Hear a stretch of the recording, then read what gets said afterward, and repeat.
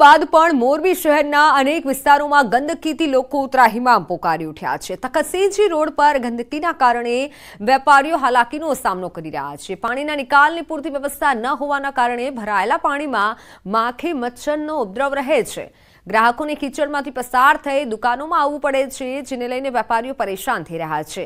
અનેક વખત રજૂઆતો કરવામાં આવી છતાં સમસ્યાનું નિરાકરણ ન આવતા વેપારીઓએ ઉગ્ર આંદોલનની ચીમકી ઉચ્ચારી છે। વરસાદ આવે તો એ લોકો ટેન્કર મોકલી દે, ટેન્કર મોકલીને પાછું પાણી ખેંચાવી લે, તો પાછો અડધો ઇંચ વરસાદ આવે તો પાછી પોઝિશન જે હતી એ નહીં થાય। તો અને ગાંધી ચોકથી ઠેઠ આખા તખ્તસિંહજી રોડ ઉપર પાણી ગોઠણ સુમાળા સમાઈ જાય છે, મોટાના માળા ડૂબી જાય એટલું પાણી ઘસાઈ જાય, દુકાનમાં પાણી ઘૂસી જાય છે। અમે ગુરુવાર સુધીનો બુધવાર સુધીનો અમે ગુરુવારે નગરપાલિકામાં હલ્લાબોલ કરશું અને પ્રશ્નનો સોલ્વ કરશું। તમામ વેપારીઓને અને મોરબીની જનતાને સાથે રાખીને અમે સામાજિક કાર્યકરો આ પ્રશ્ન સોલ્વ કરશું। રાજકોટથી એક હચમચાવતા દ્રશ્યો સામે આવ્યા છે, જેમાં યુવક યુવતી પર અત્યાચાર કરતો નજરે પડી રહ્યો છે। મહિલાનો ભાગીદાર યુવતીને એક બે નહીં પરંતુ 8 થપ્પડ મારે છે। શહેરના અમીના માર્ગ પર આવેલી વેલ્યુ ફેશન સ્ટુડિયો નામની કપડાની દુકાનમાં હિસાબની બાબતે યુવતી અને તેના ભાગીદાર સાથે ઝઘડો થાય છે, જેમાં યુવતી ઉશ્કેરાય અને મહિલાને એક બાદ એક, યુવક ઉશ્કેરાય અને મહિલાને એક બાદ એક 8 જેટલા લાફા ઝીકી દે છે, જે ઘટના સીસીટીવીમાં કેદ થઈ છે। યુવતીએ આરોપી સામે માલવીયાનગર પોલીસ સ્ટેશનમાં ફરિયાદ નોંધાવી છે। તપાસમાં એ પણ સામે આવ્યું છે કે ઘટના રક્ષાબંધનના દિવસની છે। પોલીસે આરોપી ચિરાગ ચંદ્રાણાની ધરપકડ કરી છે, જે બાદ જામીન પર મુક્ત કર્યો। બંને પાર્ટનરશિપમાં ધંધો કરતા હતા અને દર મહિને હિસાબ કરતા હતા, જેમાં આ ગામના આરોપી ચિરાગ જગદીશભાઈ ચંદ્રાણાએ પૈસા માંગતા બોલાચાલી થયેલી, જે બાબતે તે વખતે એને બેનને 5-6 થપ્પડ મારી દીધેલી। ત્યારબાદ બેનને એમના બીજા માનેલા ભાઈઓ દ્વારા સમાધાન થયેલ।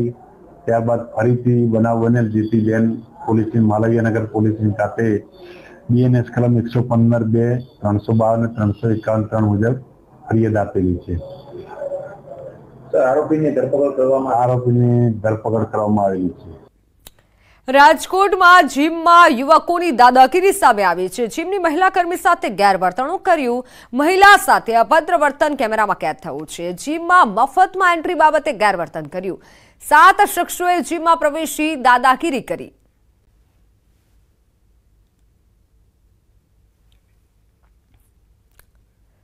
તો સુરતની નવી સિવિલમાં ટ્રોમા સેન્ટરના મેડિકલ ઓફિસરને માર મારવાની ઘટના સામે આવી છે। લાજપુર જેલમાં કેદ હત્યાના આરોપીએ મેડિકલ ઓફિસરને માર માર્યો। આરોપીએ કહ્યું કે મને ખાંસી છે, સિવિલમાં રિફર કરી દો। મેડિકલ ઓફિસરે ના પાડતા આરોપી મારવા લાગ્યો। ઇજાગ્રસ્ત મેડિકલ ઓફિસર જેલની એમ્બ્યુલન્સમાં સારવાર માટે નવી સિવિલમાં આવ્યો અને જ્યાં આરોપીએ મેડિકલ ઓફિસરને કાન તેમજ ગળાના ભાગે માર માર્યો હતો। દીપ નામના આરોપી સામે મેડિકલ ઓફિસરે ખટોદરા પોલીસ સ્ટેશનમાં ફરિયાદ નોંધાવી છે।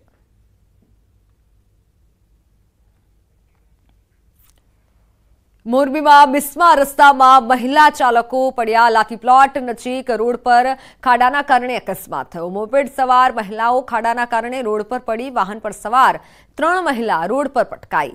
ભરાયેલા પાણીના કારણે ખાડો દેખાઈ ન શકતા આ ઘટના બની। અકસ્માતના સીસીટીવી ફૂટેજ પણ સામે આવ્યા છે, જેમાં મહિલાઓ જઈ રહી છે, પરંતુ ખાડો ધ્યાને ન આવતા મહિલાઓ નીચે પટકાઈ હતી।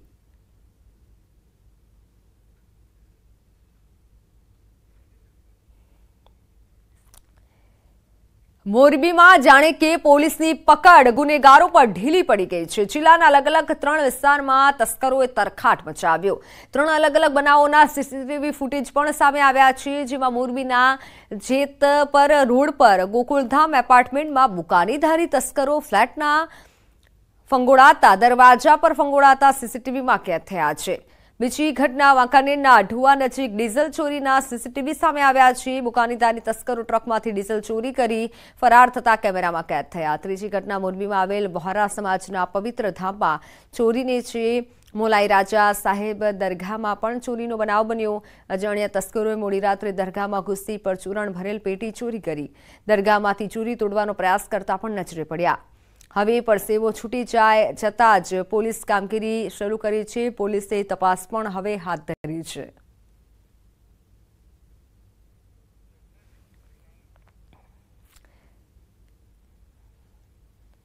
ખેડાના કઠલાલમાં બે જૂથ વચ્ચે અથડામણ થયું. અલગ અલગ કોમના બે જૂથ વચ્ચે બબાલ થતા તંગદિલી સર્જાઈ. પોલીસ સ્ટેશન આગળ બે જૂથ વચ્ચે ઘર્ષણ થયું. વાહન ધીમું ચલાવવા બાબતે બબાલ થઈ હતી. બાઇક ચાલકને રોકી બાઇક ચાલકે કાર ચાલકે મારામારી કરી હતી. તો ઘટનાને લઈને બાઇક ચાલક પોલીસ સ્ટેશને ફરિયાદ નોંધાવતા ત્યાં બંને કોમના ટોળાઓ પોલીસ સ્ટેશન બહાર ભેગા થઈ મારામારી કરી હતી. ટોળામાંથી અમુક અસામાજિક તત્વો દ્વારા હાઈવે પર એક બાઇક સળગાવી દીધી.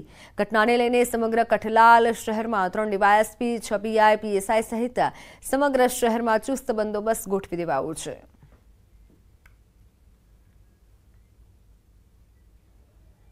પોતાનું બાઇક લઈને આવતા હતા અને પાછળથી એક 4 વ્હીલ વાળાએ પોતે એક્ટિવા ધીમું ચલાવે છે બાઇક પોતાનું, એ બાબતે નજીકમાં ગાડી લાવી અને ગાળ દીધી.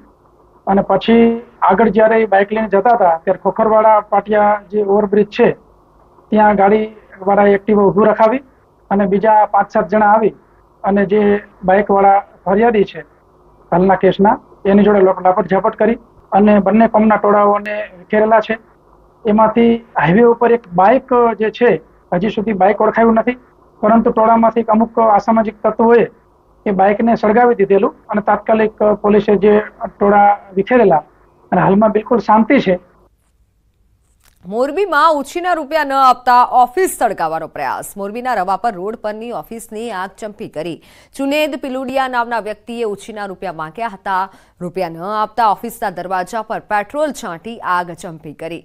રાત્રિના બનાવની ઘટના સીસીટીવીમાં કેદ થઈ છે. ભોગ બનનાર દિનેશ પંડ્યાએ પોલીસ મથકે ફરિયાદ નોંધાવી છે. પોલીસે ગુનો નોંધી તપાસ હાથ ધરી છે.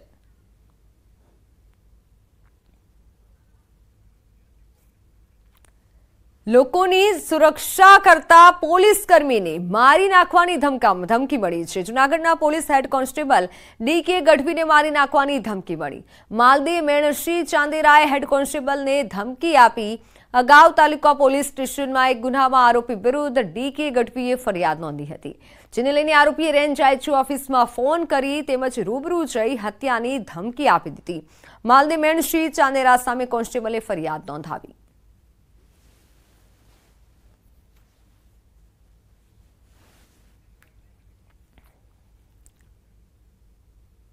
વાત રાજકોટની. રાજકોટના ગોંડલ માર્કેટિંગ યાર્ડમાં ભારતમાં પ્રતિબંધિત ચાઇનીઝ લસણ પહોંચતા વેપારીઓ દ્વારા વિરોધ નોંધવામાં આવ્યો છે.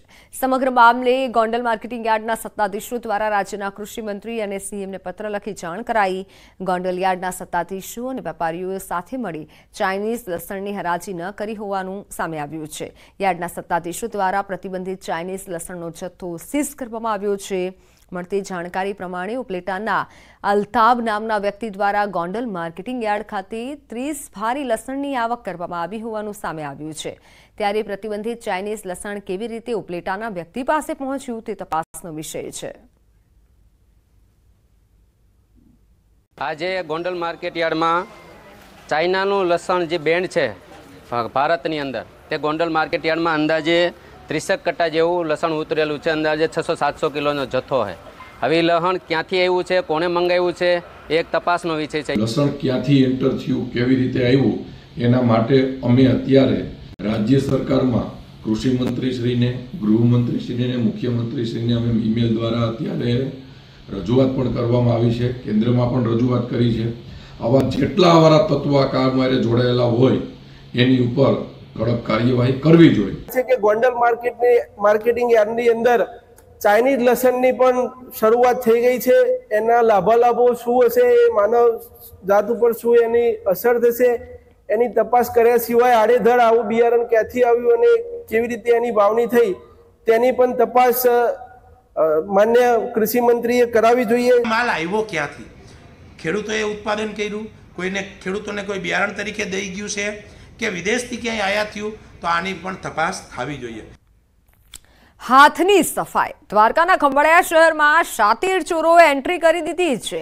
રેલવે સ્ટેશન રોડ પરથી મોબાઈલ અને રોકડની ચોરી કરી ટોળકી ફરાર થઈ. મહિલા શાકભાજી લેવામાં મશગુલ હતી અને તે સમયે પહેલાથી રેકી કરી તૈયારીઓમાં બેઠેલા ચોરે પાકીટ અને મોબાઈલ તફડાવી લીધા. જોકે લબરબુચ્યા 3 ચોરની કરતૂત સીસીટીવીમાં કેદ થઈ. મહિલાએ પોલીસને જાણ કરતા તપાસનો ધમધમાટ શરૂ થયો. શહેરમાં શાતીર ચોરોએ ફફડાટ ફેલાવ્યો છે, પરંતુ સમગ્ર ઘટના સીસીટીવીમાં કેદ થઈ છે। શાકભાજી માર્કેટમાં તકનો લાભ લઈ આ ચોરોએ ચોરીને અંજામ આપ્યો હતો। મહિલાનું પર્સ અને મોબાઈલ તફડાવી લીધા હતા। તો કચ્છ કંડલા સ્પેશિયલ ઇકોનોમિક ઝોનમાંથી હેન્ડ ગ્રેનેડ મળતા ખળભળાટ મચી ગયો છે। હેન્ડ ગ્રેનેડ યુએસ આર્મીનો હોવાનું પ્રાથમિક અનુમાન છે। વિદેશથી આયાત કરાયેલા એક કન્સાઇનમેન્ટમાં હેન્ડ ગ્રેનેડ હોવાની આશંકા સેવાઈ રહી છે। પૂર્વ કચ્છ એસપી અને પોલીસની ટીમે સમગ્ર મામલે તપાસ હાથ ધરી છે।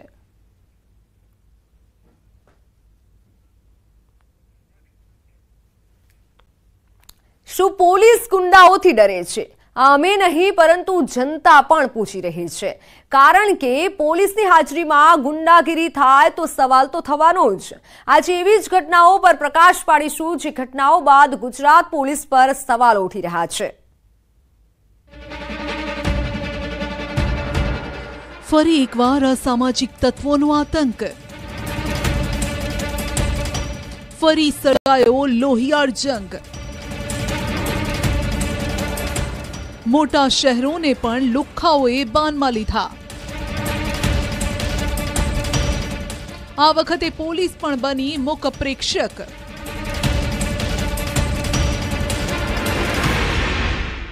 ગુંડાઓ તોડફોડ કરતા રહ્યા અને પોલીસ જોતી રહી। તો સુરતથી આવી શિક્ષણ જગતને શર્મસાર કરતી ઘટના। વિદ્યાર્થી પર તૂટી પડ્યા સિક્યુરિટી અને ફેકલ્ટી।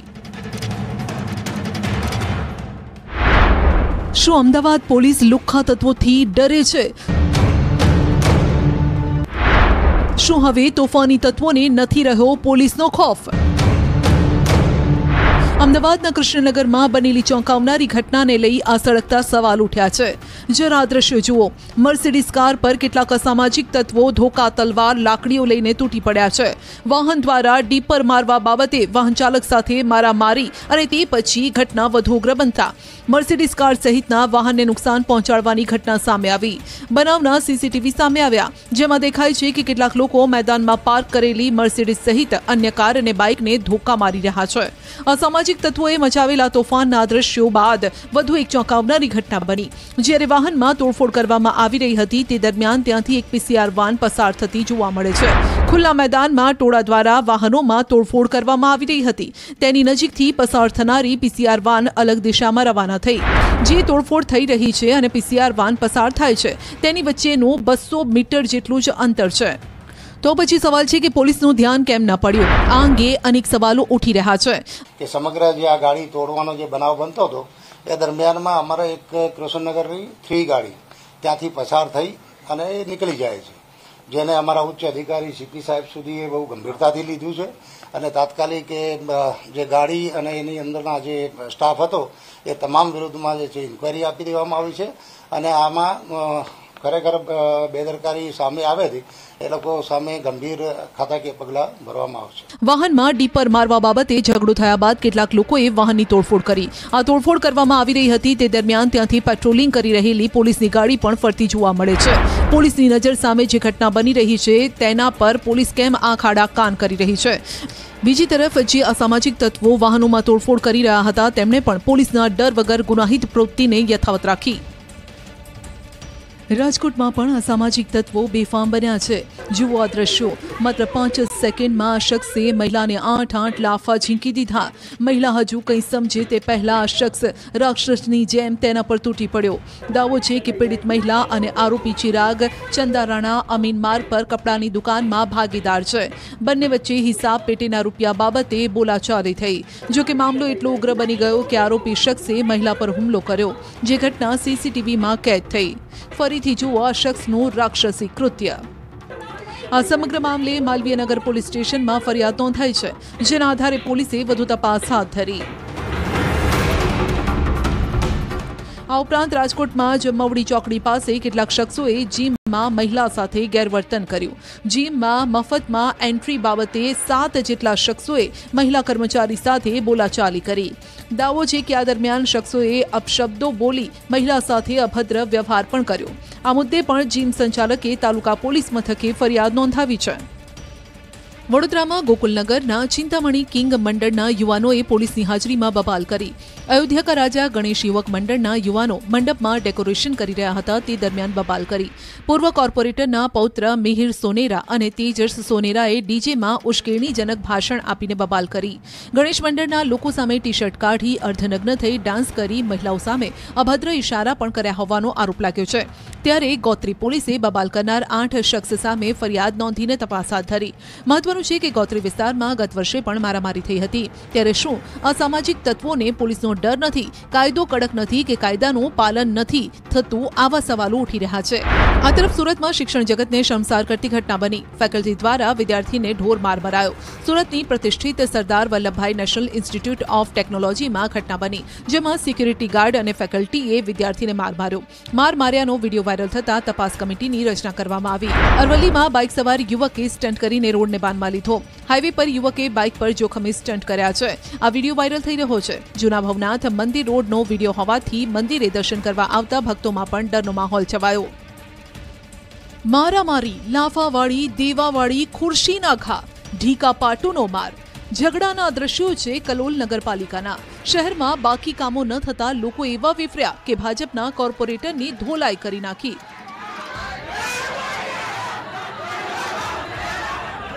થયું એવું કે ગાંધીનગર જિલ્લાના કલોલ નગરપાલિકામાં બાકી કામોને લઈને લોકો રજૂઆત કરવા પહોંચ્યા.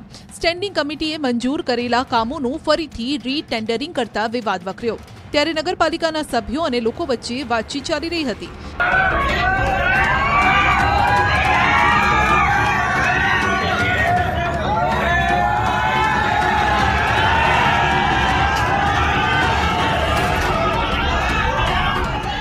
પરંતુ વાત વિવાદમાં પલટાઈ ગઈ. પહેલા તો તું મેં થઈ.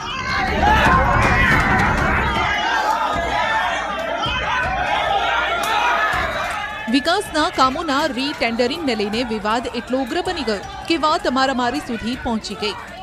લોકો એટલા લાલઘુમ થઈ ગયા કે સામે બેઠેલા કોર્પોરેટરની રીતસરની ધોલાઈ કરી નાખી. લોકોનો ગુસ્સો ફૂટ્યો અને જાણે નેતાઓને મારવાનો મોકો મળી ગયો હોય તેમ તમામ લોકો સભ્યો પર તૂટી પડ્યા.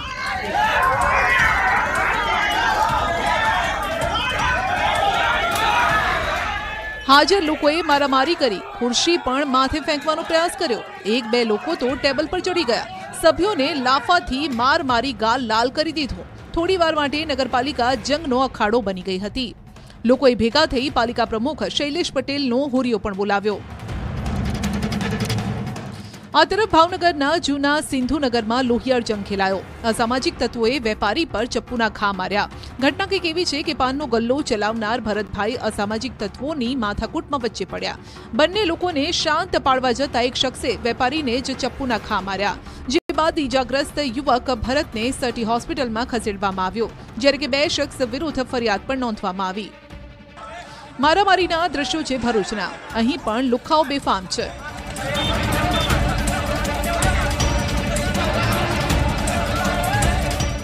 ભરૂચના આમોદ પોલીસ સ્ટેશનમાં 2 થી 3 યુવાનોને માર મારવામાં આવ્યો. આ લુખ્ખાઓએ મારામારી કરી અને બાદમાં ફરાર થઈ ગયા. પોલીસ મથક નજીક ઉભેલા લોકોએ યુવાનોને ઘેરી લીધા. બાદમાં 3 ટપોરીને મારીને અધભૂમા કરી નાખ્યા. કોઈ ઢીકા પાટુનો માર મારે છે તો કોઈ લાફાવાળી કરે છે.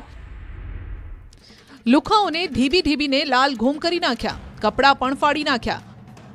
રોડ પર મારામારીના દ્રશ્યો સર્જાતા દહેશત ફેલાઈ. પોલીસ પણ માત્ર તમાશો જોતી રહી.